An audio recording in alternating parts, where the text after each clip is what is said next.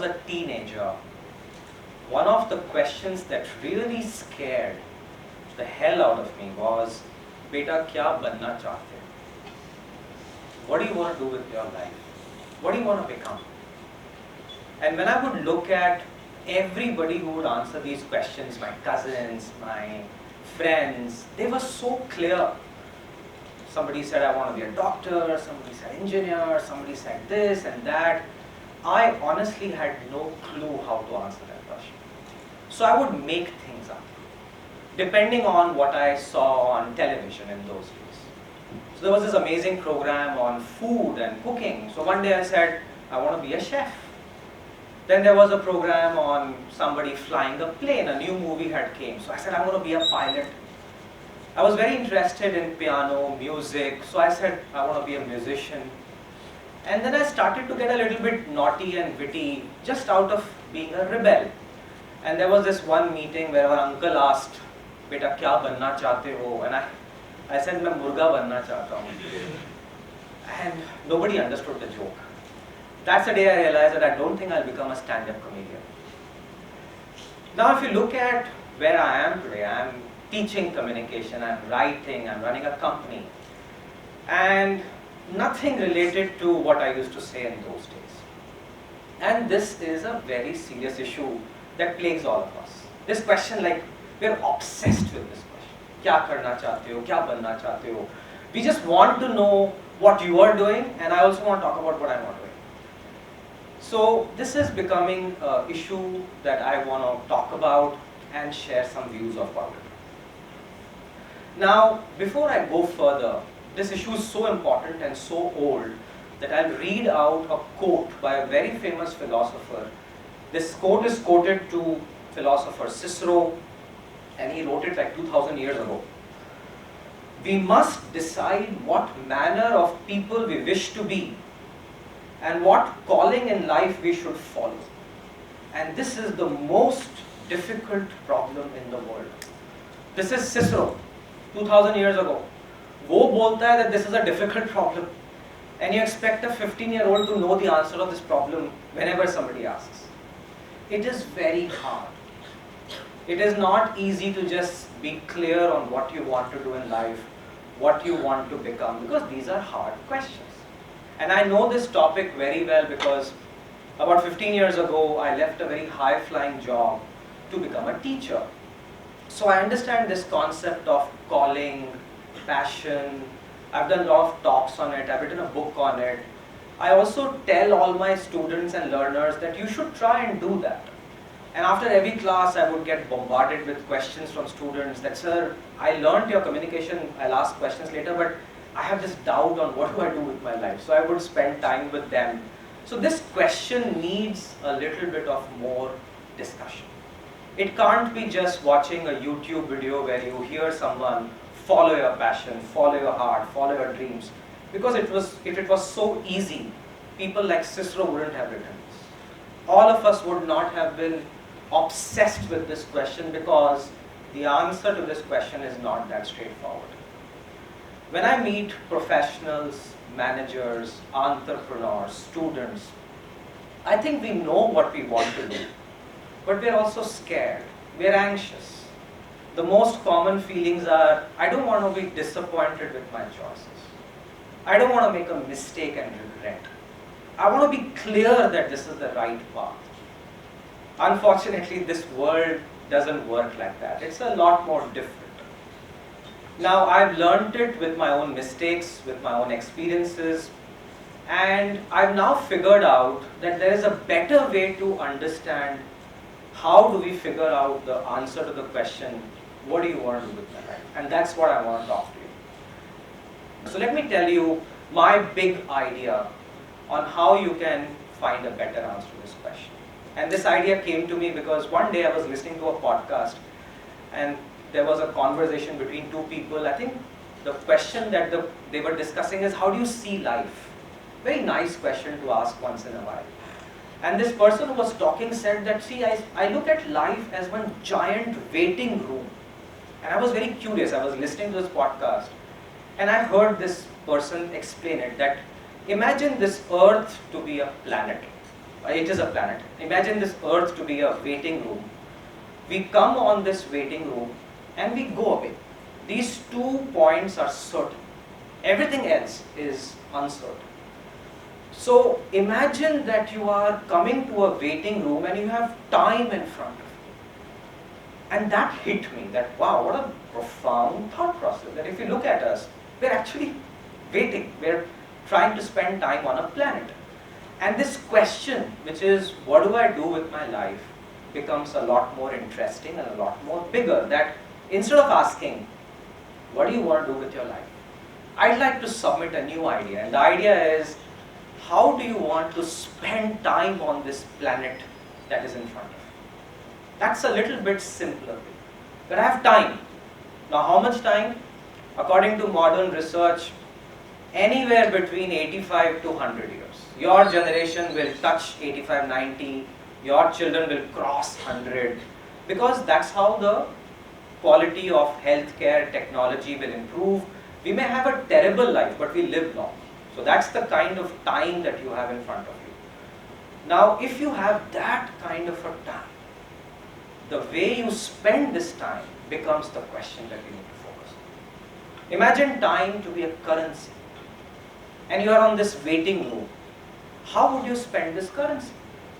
And I'd like to give you 8 suggestions that have worked for me, and I hope that they work for you as well. So let me start one by one and connect them to simple examples, anecdotes, maybe movies once in a while as we go forward.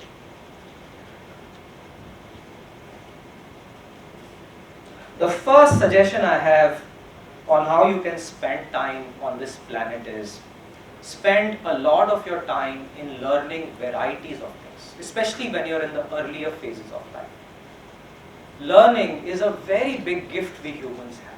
Our brains are very powerful, they're very curious, they're very creative, but you must feed them with something. If you don't feed something to your brains, nothing will come out. So absorb as much as you can. So imagine you're sitting on this waiting room, you have time at your hand, currency in your hand. Spend a little bit of that currency to learn. And there are 2 important things you must learn. The first important thing you must learn is that you must really learn how to fail. Because our entire education system and our world is training you to succeed. That's all we're doing. So when I see news that there is an entrepreneur who's got funding and unicorn status, an author who has sold millions of copies, somebody who's into agriculture and making billions of rupees, that's all success-oriented discussions. Once in a while these stories come up. But majority of the time is not like that. It's about mistakes and failures and rejections. And if you have to live in this modern 21st century, which is highly volatile, highly uncertain, highly complex and highly ambiguous, if you don't learn how to fail, you can't survive the failures that are waiting in front of you. So that is a big thing you must learn, that spend currency to learn to fail. Second, which is connected to the same thing, that you should learn to fail, but also an important thing you must learn is learn to quit. A very big thing that you're doing is you go on one track and there's an opportunity cost. And you go for 2 more years कि चलो इतना पैसा खर्च किया थोड़ा और कर देते हैं. That's a big problem. And when you look at poker players, people who play gambling as a profession, even stockbrokers, the first thing they learn is know when to quit. And you need to know when to quit. That okay, I tried this path for 1 or 2 years, कुछ हो नहीं रहा है, now stop and move on. If you don't do these 2 learnings, it will be very hard to spend the rest of your currency properly. So my first request is, learn as much as you can, learn to fail, and most important, know when to quit. And there are examples of movies. The whole movie Martian was about the various experiments this guy did on Mars when he was all alone. And he was a botanist. But he became a coder, he became everything else just because he knew how to learn, how to fail, and how to quit. So that's my first request. Let's go to the second one. The second one, it connects to calling, finding a career, and this is where I've done a lot of work. That instead of focusing on the word passion, which is a very hungry emotion, change that emotion to a slightly milder word, that what excites you. Instead of asking what are you passionate about, ask yourself what excites you, what brings you alive, what brings a smile to your face. And if that topic is something that is there, then the second thing you must do is choose that excitement and make something out of it. So your skills have to be utilized. Just being excited about something is not important. You should be excited about it and you should use your skills about it. And the third is that when you produce something, somebody in the world should come and say, I find value in your work. Here's money or here's something that in return you should do. These three things are very critical for you to narrow down what you want to do. And this is where I knew that I could not be a chef because I loved cooking, I loved eating, but after a point it did not utilize all my skills. I did not feel challenged. The same thing when I'm a teacher. I love teaching, but it also utilizes my challenges, my skills. I research, I write, I go to a classroom. Sometimes the classes fail and I come out dejected. But then I go back and learn all over again and somebody says, hey, we're going to give you money to come and teach. This is how you find a career that excites you, not a career that you're passionate about. So the second thing I request you to do is spend time in finding things that you're excited about, that increase your skills, and the world gives you value for that. Let's go to the third one. The third one, there's a lot of debate these days on passion, calling, but I also am observing, and I'm a counselor on one day of the week. I am associated with a mental counseling place, an NGO where we help people free of cost, and I see people completely burnt out. And this is happening more, and I'm very worried for your generation, that please work hard, but please also spend your time to rest. Please sleep properly. Please take proper care of yourself. And this is self-care, resting, sleeping. And if you do not do that, it will be very difficult for you to work harder. There's a debate of 70-hour work weeks and 90-hour work weeks and so on and so forth. But please rest.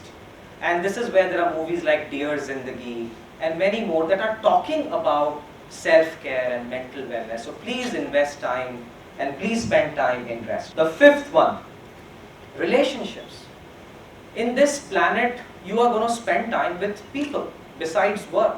And I hope you have great spouses, great friends, great families. You need a home full of love to come back to. And this is the question I asked in all my classes, that how many of your engineers, people raise their hands, how many of them are MBAs, people raise their hands, doctors, lawyers, how many of you are Bachelor of Marriages?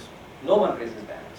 How many of you are Bachelor of Parenting? No one. How many of you are Bachelor of Friendship? No one.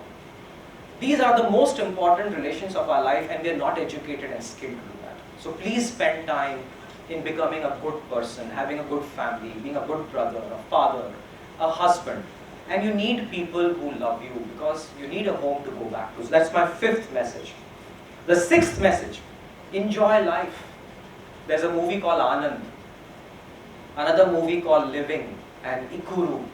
And all of these movies have a simple message that, hey, work hard, do whatever you can, but also enjoy the small pleasures of life. Look around, the garden, a bird, an ice cream. I think you deserve to have a good life. But please spend time on it. What's the point of working hard on passions and callings and then having a great house and then nobody to share it with and then saying that I'm disillusioned? So instead, spend time and enjoying life as well. The next one, spend time to help someone. There's a very beautiful quotation by Rabindranath Thakurji, and the quotation says, the greatest joy is the joy of helping someone else. I slept and dreamt that life was a joy. I awoke and saw life was service. I acted and behold, service was joy. And you'll see this in all movies, that at some point of time, you will have a great time to buy a car, buy a house, or do whatever, get a promotion. But the best joy comes when you bring a smile to someone else. This is the month of December. Festivals. Why do we celebrate them? To bring a joy to someone else. And we will get more joy by these simple acts of kindness. So that's my next message. The last one. You will probably also be constrained to fulfill your duties. So please spend time to fulfill your duties. You're a son, you're a citizen, you're a society member. You have an obligation to do your duties. And there's this amazing series on Netflix called The Crown. In that, the queen also has a passion and calling, and she wants to fulfill it.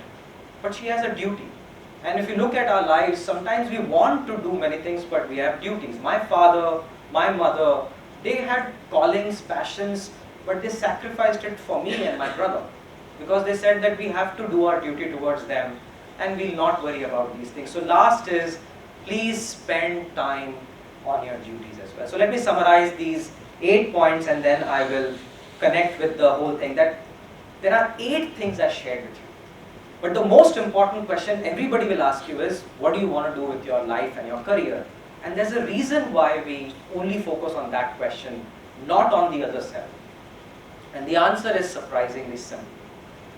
That when you find a work that you love, which is your calling, which is something that excites you, everything else falls in place. If you're connected with your job, you'll become a better human being. You'll become a better father, a better husband, a better friend. You'll start resting more because you have the joy of work. You start taking care of your duties better. You start giving better. So the first thing you must do is make yourself satisfied with your career. And that's why we ask the question, kya banna chahte? We don't ask the question, kisko help karna chahte? We don't ask the question, aapke ghar mein sab khush hai ki nahi hai? We ask the question, kya banna chahte? Because that's the most important question that we all should focus on and do a little bit. That's why we are here. I'll now end my talk with this final quote and leave you thinking about how do you want to live your lives. The quote was by Mark Twain. The quote says something like this.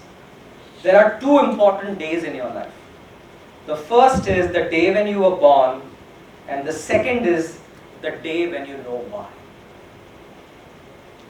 And I hope today you all go back and start thinking about how soon can this second day come in your lives? And how do you want to spend your time on this planet? You have plenty of time. How do you want to use that currency which you have in front of you? Just on passions or on the 8 things that I shared with you? And if you want to do all the 8 things, do the calling passion first, because everything else will fall in place. Stay safe.